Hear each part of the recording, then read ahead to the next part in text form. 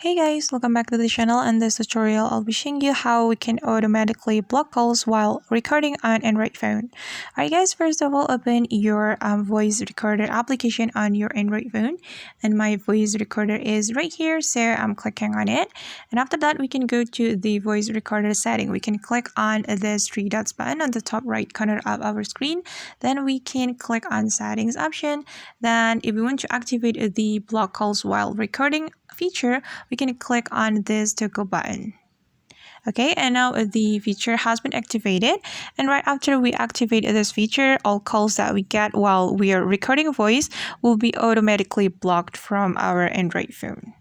Alright guys, and that's how we can activate block calls while recording feature on Android phone. I hope this tutorial will be helpful for you. Thank you so much for watching, and if you find this tutorial is useful, don't forget to hit the like button, leave your comments, and also subscribe to the channel. See you in the next video.